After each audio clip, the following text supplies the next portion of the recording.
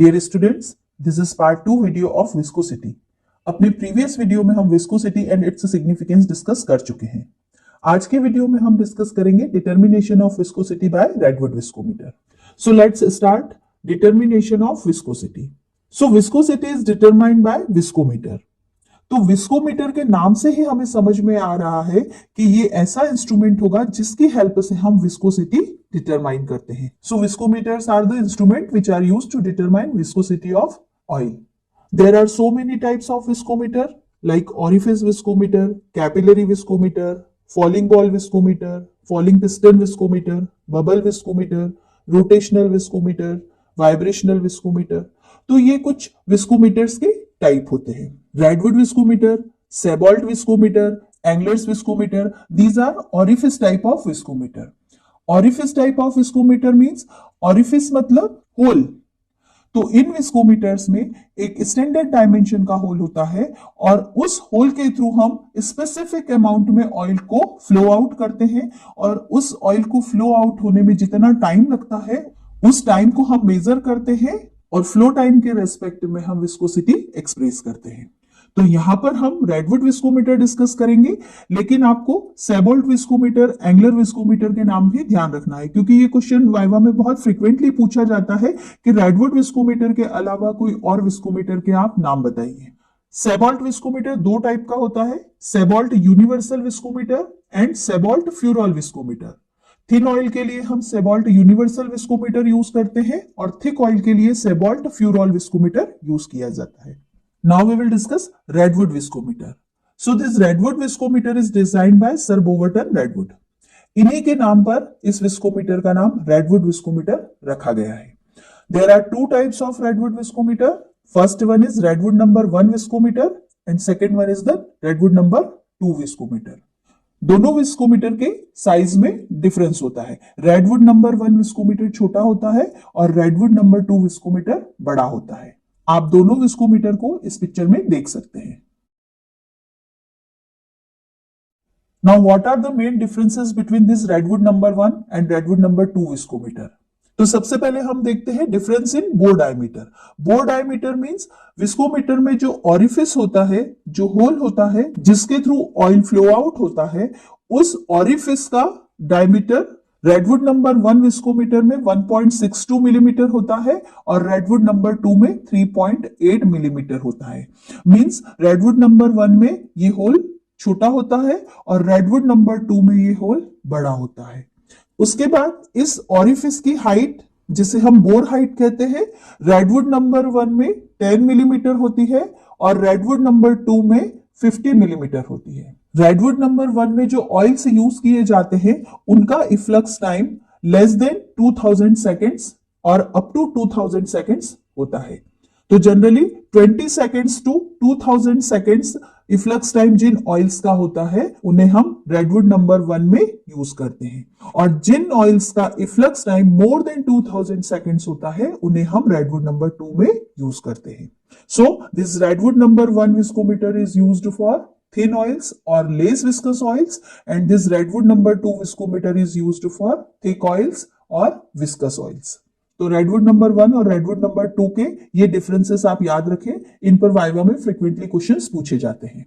Now we will discuss construction of this redwood viscometer and procedure to determine viscosity of oil by using this redwood viscometer। तो इस redwood viscometer में एक cylindrical oil cup होता है। इस oil cup में एक oil level pointer लगा होता है। इस ऑयल लेवल पॉइंटर तक हमें टेस्ट ऑयल फिलअप करना होता है। इस ऑयल कप के बॉटम में एक ऑरिफिस होता है, एक होल होता है। इस होल को ओपन और क्लोज करने के लिए एक बॉल वॉल्व रॉड लगी होती है। तो ये अरेंजमेंट कुछ इस तरह से होता है।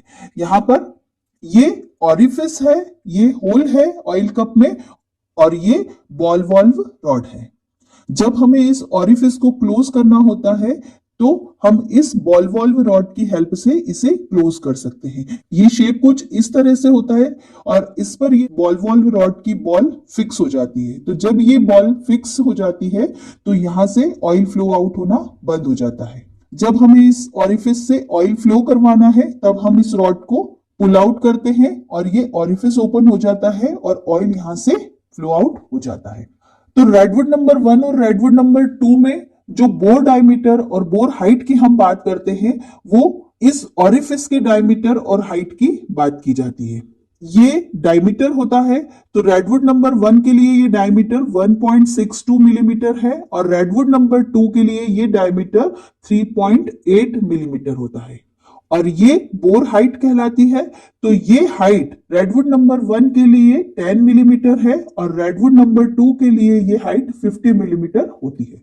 तो ये बॉल वॉल्व रॉड और ऑरिफिस का स्ट्रक्चर कुछ इस तरह से होता है। उसके बाद इस ऑयल कप में एक थर्मामीटर इंसर्ट किया जाता है and this thermometer gives the temperature of oil for which we have to determine viscosity. अब ये जो ऑयल कप है it is surrounded by a stirrer. तो इस ऑयल कप के आउटर साइड में एक स्टिरर लगा होता है और इस स्टिरर पर इस तरह से ब्लेड्स लगी होती हैं। टॉप साइड में स्टिरर हैंडल लगा होता है और इस स्टिरर को हम इस हैंडल के थ्रू मूव करते हैं। जब हम स्टिरर को मूव करते हैं तो इसके थ्रू वाटर की स्टिरिंग होती है और through out water bath uniform heating होती है। ऑयल कप और स्टिरर इनके आउटर साइड में वाटर बाथ होता है। So this is the water bath of this Redwood viscometer. इस वाटर बाथ में वाटर फिलअप किया जाता है और वाटर की हीटिंग के लिए हीटिंग कॉइल्स लगी होती हैं। So these are the heating coils. There is one arrangement to insert thermometer inside this water bath. तो यहां पर वाटर बाथ का टेम्परेचर मेजर करने के लिए भी एक थर्मामीटर लगाया जाता है। So this is the thermometer which gives temperature of this water. Viscometer में टेस्ट ऑयल को कलेक्ट करने के लिए जो फ्लास्क का यूज किया जाता है वो फ्लास्क होता है कोलराज फ्लास्क। कोलराज फ्लास्क में एक 50 ml का मार्क लगा होता है और इस फ्लास्क में हम 50 ml ऑयल कलेक्ट करते हैं। तो जब भी हमें रेडवुड विस्कोमीटर का कंस्ट्रक्शन डिस्क्राइब करना है तो हम ऑयल कप को डिस्क्राइब करेंगे। ऑयल कप में ऑयल लेवल पॉइंटर होता है, ऑरिफिस होता है, ऑरिफिस को क्लोज करने के लिए बॉल वॉल रॉड यूज की जाती है और ऑयल कप में जो टेस्ट ऑयल हम फिलअप करते हैं उसका टेम्परेचर मेजर करने के लिए थर्मामीटर यूज किया जाता है। उसके बाद ऑयल कप के आउटसाइड स्टिरर लगा होता है। स्टिरर में स्टीयरिंग ब्लेड्स लगी होती हैं और इस स्टिरर को हम हैंडल की हेल्प से मूव करते हैं तो वाटर बाथ में जो वाटर प्रेजेंट होता है उसकी स्टियरिंग होती है और यूनिफॉर्म हीटिंग होती है। ऑयल कप स्टिरर के आउटर साइड पर हीटिंग बाथ होता है या वाटर बाथ होता है। इस वाटर बाथ में हीटिंग कॉइल्स लगी होती है जो कि वाटर को हीट करने के लिए यूज की जाती है। वाटर का टेम्परेचर मेजर करने के लिए थर्मामीटर लगा होता है और जो भी टेस्ट ऑयल हम इस ऑरिफिस के थ्रू विड्रॉ करेंगे उसे कलेक्ट करने के लिए कोलराज फ्लास्क यूज किया जाता है। So this is the construction of this Redwood viscometer. उसके बाद हम देखते हैं procedure to determine viscosity of oil with the help of this viscometer. तो जब भी हमें रेडवुड विस्कोमीटर की हेल्प से लुब्रिकेटिंग ऑयल की विस्कोसिटी यूज करना है तो हम सबसे पहले ऑयल कप को क्लीन करते हैं और ड्राई कर लेते हैं। उसके बाद लेवलिंग स्क्रू की हेल्प से विस्कोमीटर को लेवल किया जाता है। लेवल करने के बाद हम वाटर बाथ में वाटर फिलअप करते हैं। वाटर फिलअप करने के बाद हमें ऑयल कप में ऑयल फिलअप करना होता है। तो सबसे पहले हम बॉल वॉल्व रॉड की हेल्प से इस ऑरिफिस को क्लोज करते हैं और इस ऑयल कप में टेस्ट ऑयल फिलअप करते हैं। टेस्ट ऑयल को हम up to the pointer fill up करते हैं। ऑयल का लेवल एडजस्ट करने के पहले हम बॉल वॉल्व रॉड को ओपन करते हैं और बहुत थोड़े से अमाउंट में यहां से ऑयल विड्रॉ करते हैं और उसके बाद इस बॉल वॉल्व रॉड से इस ऑरिफिस को क्लोज कर देते हैं। उसके बाद हम यहां पर ऑयल लेवल एडजस्ट करते हैं। ऑयल कप टेस्ट ऑयल से फिलअप करने के बाद और उसका लेवल एडजस्ट करने के बाद हम ऑयल कप में एक थर्मामीटर इंसर्ट करते हैं।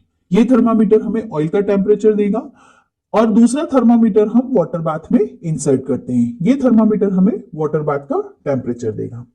इस ऑयल कप में टेस्ट ऑयल फिलअप करने के बाद हम क्लीन और ड्राई कोलराज फ्लास्क लेते हैं and this Kohlrausch flask is placed just below this orifice.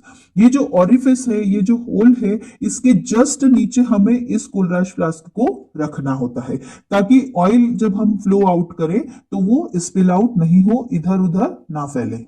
इतना सब कुछ अरेंजमेंट करने के बाद हमारा रेडवुड विस्कोमीटर इस टेस्ट ऑयल की विस्कोसिटी मेजर करने के लिए रेडी हो जाता है। तो रीडिंग लेने के पहले हमें स्टॉप वॉच रेडी करना होती है और स्टॉप वॉच को हम एक हाथ में रखते हैं और दूसरे हाथ से हम इस बॉल वॉल रॉड को पुल करते हैं। जैसे ही हम इस रॉड को पुल करेंगे हमें स्टॉप वॉच ऑन करना है और जैसे ही हम इस बॉल वॉल रॉड को पुल करते हैं ऑरिफिस ओपन हो जाता है और ऑयल यहां से फ्लो आउट होने लगता है। ये जो ऑयल है इसे हम कोलराज फ्लास्क में कलेक्ट कर रहे हैं।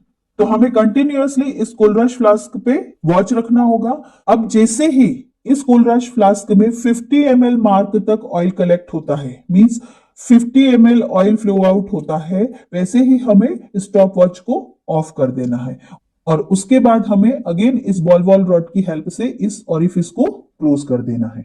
उसके बाद हम स्टॉप वॉच में जितना भी टाइम इस 50 ml ऑयल को फ्लो आउट होने में लगा है उसे रीड आउट करेंगे और उसे सेकंड्स में कन्वर्ट करेंगे। तो ये जो टाइम हमें सेकंड में मिलेगा, this is the efflux time for this test oil. और ये जो इफ्लक्स टाइम हमें सेकंड्स में मिला है, this is the viscosity of oil in redwood seconds. Room temperature पर रीडिंग लेने के बाद अगर हम टेम्परेचर इंक्रीज करके इस लुब्रिकेटिंग ऑयल की विस्कोसिटी मेजर करना चाहते हैं तो हम इस वाटर की हीटिंग स्टार्ट करेंगे। तो इन हीटिंग कॉइल्स की हेल्प से हम इस वाटर बाथ के वाटर को हीट अप करेंगे और जब हम इस वाटर की हीटिंग करेंगे तो इस स्टिरर की हेल्प से हम इस वाटर की स्टिरिंग भी करेंगे ताकि हीटिंग यूनिफॉर्म हो। जब वाटर हीट अप होगा तो इस वाटर की हीटिंग की वजह से इस ऑयल का टेम्परेचर भी इंक्रीज होगा। अब सपोज करिए आपका रूम टेम्परेचर था 25 डिग्री सेंटीग्रेड और आपने पहली रीडिंग 25 डिग्री सेंटीग्रेड पर ली। अब आपको 10 डिग्री सेंटीग्रेड टेम्परेचर इंक्रीज करके इस लुब्रिकेटिंग ऑयल की विस्कोसिटी फाइंड आउट करनी है। Means you have to find out viscosity of this lubricating oil at 35 degree centigrade. तो आपको इस ऑयल का टेम्परेचर 10 डिग्री सेंटीग्रेड इंक्रीज करना है, लेकिन इस ऑयल की यहां पर डायरेक्ट हीटिंग नहीं हो रही है, आप इस वाटर के थ्रू इसकी हीटिंग कर रहे हैं। तो आप वाटर की हीटिंग स्टार्ट करेंगे और वाटर का टेम्परेचर भी नोट डाउन करेंगे। अब धीरे धीरे वाटर का टेम्परेचर इंक्रीज होगा और इस वाटर के टेम्परेचर से इस ऑयल का टेम्परेचर इंक्रीज होगा। तो जब भी ये एक्सपेरिमेंट परफॉर्म किया जाता है तो इसमें हमें यह ध्यान रखना होता है कि वाटर बाथ के टेम्परेचर और ऑयल के टेम्परेचर में बहुत ज्यादा डिफरेंस ना हो ड्यूरिंग द हीटिंग, क्योंकि अगर वाटर का टेम्परेचर बहुत ज्यादा आपने इंक्रीज कर दिया, जैसे सपोज करें आपको ऑयल का टेम्परेचर लेना है 35 डिग्री सेंटीग्रेड और उस समय आपने वाटर का टेम्परेचर कर दिया 80 डिग्री सेंटीग्रेड। अब आपके वाटर का टेम्परेचर 80 डिग्री सेंटीग्रेड हो गया है और यहां पर आपको ऑयल का टेम्परेचर 35 डिग्री सेंटीग्रेड दिख रहा है जो कि आपका डिजायरेबल टेम्परेचर है।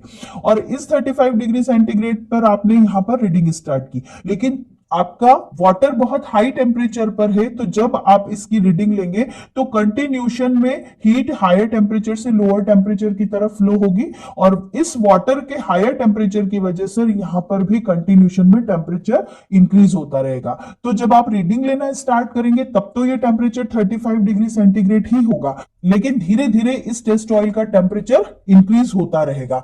और जब ये 50 ml ऑयल यहां पर कलेक्ट होगा तो हो सकता है कि इस ऑयल का टेम्परेचर 35 डिग्री सेंटीग्रेड से बढ़कर 40 डिग्री सेंटीग्रेड तक पहुंच जाए, क्योंकि आपका वाटर बहुत हाई टेम्परेचर पे है और वो कंटिन्यूशन में इसको हीट अप कर रहा है। तो आपने रीडिंग स्टार्ट करी थी तब तो टेम्परेचर 35 ही होगा, लेकिन जब ये 50 ml कलेक्ट होगा तो हो सकता है इस ऑयल का टेम्परेचर 40 डिग्री सेंटीग्रेड पे हो। तब आपकी जो रीडिंग आएगी आप उसे 35 डिग्री सेंटीग्रेड पर नहीं बता पाएंगे। तो इसीलिए इस एक्सपेरिमेंट को करते समय हम ये ध्यान रखते हैं कि वाटर और ऑयल के टेम्परेचर में बहुत ज्यादा डिफरेंस ना हो। तो इस तरह से जब हमें टेम्परेचर इंक्रीज करके रीडिंग लेना है तो हम वाटर के थ्रू ऑयल का टेम्परेचर इंक्रीज करते हैं और सेम प्रोसेस रिपीट करके हम हायर टेम्परेचर पर रीडिंग नोट करते हैं। तो रेडवुड विस्कोमीटर की हेल्प से हम किसी भी टेस्ट ऑयल का इफ्लक्स टाइम मेजर करते हैं और इस इफ्लक्स टाइम की हेल्प से हम काइनेमेटिक विस्कोसिटी कैलकुलेट कर सकते हैं। तो काइनेमेटिक विस्कोसिटी कैलकुलेट करने के लिए हमें फॉर्मूला लगाना होता है nu, that is kinematic viscosity is equal to AT minus B upon T। A और B विस्कोमीटर के कांस्टेंट होते हैं and T is the efflux time. यहां से हम काइनेमेटिक विस्कोसिटी कैलकुलेट कर लेते हैं और अगर हमें एब्सोल्यूट विस्कोसिटी कैलकुलेट करना है तो हम इस काइनेमेटिक विस्कोसिटी में टेस्ट ऑयल की डेंसिटी से मल्टीप्लाई करते हैं और इस फॉर्मूले की हेल्प से हम टेस्ट ऑयल की एब्सोल्यूट विस्कोसिटी फाइंड आउट कर सकते हैं। जब हम रेडवुड विस्कोमीटर की हेल्प से विस्कोसिटी फाइंड आउट करते हैं तब हमें कुछ प्रिकॉशंस भी लेना होते हैं, जैसे हमें फिल्टर्ड ऑयल यूज करना होता है, क्योंकि अगर ऑयल में इंप्योरिटीज प्रेजेंट होंगी तो वो इस ऑरिफिस को ब्लॉक कर सकती है। Second, oil should be free from moisture, oil में मॉइस्चर नहीं होना चाहिए।